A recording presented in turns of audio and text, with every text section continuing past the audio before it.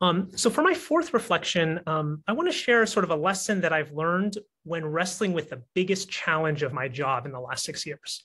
And the biggest challenge of my job by far is figuring out how to have a viable research program when I'm not working with PhD students. So MUD students are phenomenal, but I only work with them for 1, 2, maybe 3 years. And they're also taking a full course load. So they just don't have, that very much time to do research.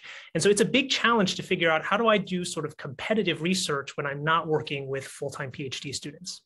And so one of the key lessons that I feel like I learned as I sort of wrestled with that and tried different things is that it's much easier to be creative than it is to be the best.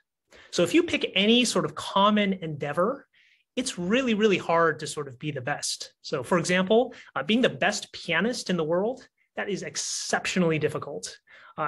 Building the best machine learning model for a common image classification task, that is exceptionally difficult. In contrast, it is relatively much, much easier to be creative. And here I'm just defining creativity very simply as combining two things that don't usually go together. So let's consider a couple of examples of this. What happens when you combine classical piano music with jazz? What you get is Capaston, right? You get this really distinctive and unique sound, this genre of music that he's created. What happens when you combine engineering and music?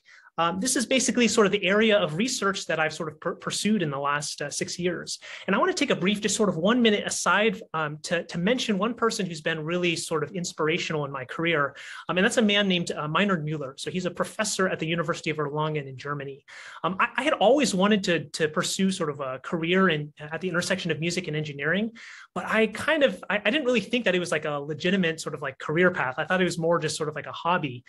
That was until I saw the sort of work that he was doing. I mean, he's done like really, really substantive sort of like engineering research. I mean, he's an IEEE fellow. He's made like really substantial contributions to the engineering literature, and he's done really cool stuff at the intersection of music and engineering and audio.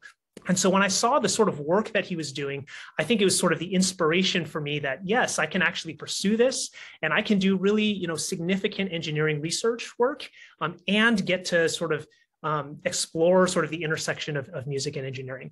And on top of that, Dr. Müller has been just a really strong supporter and mentor to me over the last 6 to 8 years, and has provided a lot of guidance as I've sort of made decisions along the way. And so Meinrad is not here live because it's the middle of the night right now in Germany. But Meinrad, if you see a recording of this later, I just want to say a big thank you to you for your example and for your sort of mentorship and support over these past many years. I definitely would not be in this field if not for you.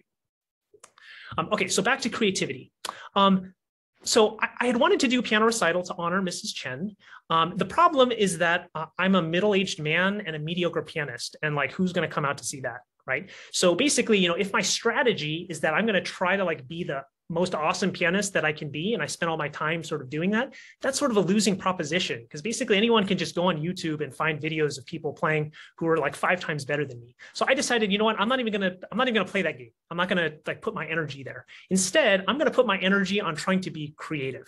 And so I thought to myself, okay, what do you never see happen at a piano recital? Like, what doesn't go with like a piano recital? Basically, like what do pianists not do? And I realized pianists never say anything. Like, they come out and they bow and they play and they bow and they walk off the stage. They never say a single word. So what would happen if I combined a piano recital with a classroom lecture? And what you get is this first lecture. And so without needing to be a world-class pianist, simply by combining two genres that are very different and don't usually go together, it's much easier for me to create something that's very interesting and unique and distinctive. Let's consider another example. What's the last thing that you would imagine combining with marriage counseling? One of the last things I could think of combining with marriage counseling, stand-up comedy. This has been done by a guy named Mark Gungor. My wife and I attended one of his marriage seminars, and it was like the wildest thing. It's like you're laughing 1 second, and then 15 seconds later, you're like crying. It's like the weirdest experience in the world. But what he's created is really compelling. I mean, he's taken something that people just like dread going to, and he's turned it into something that's really fun and engaging. And so I think that's just another great example of sort of creativity. And I have his a DVD series of his marriage seminar. So if any of you want to borrow it, I'm more than happy to lend that to you. I think it's a great sort of like date night thing for a significant other.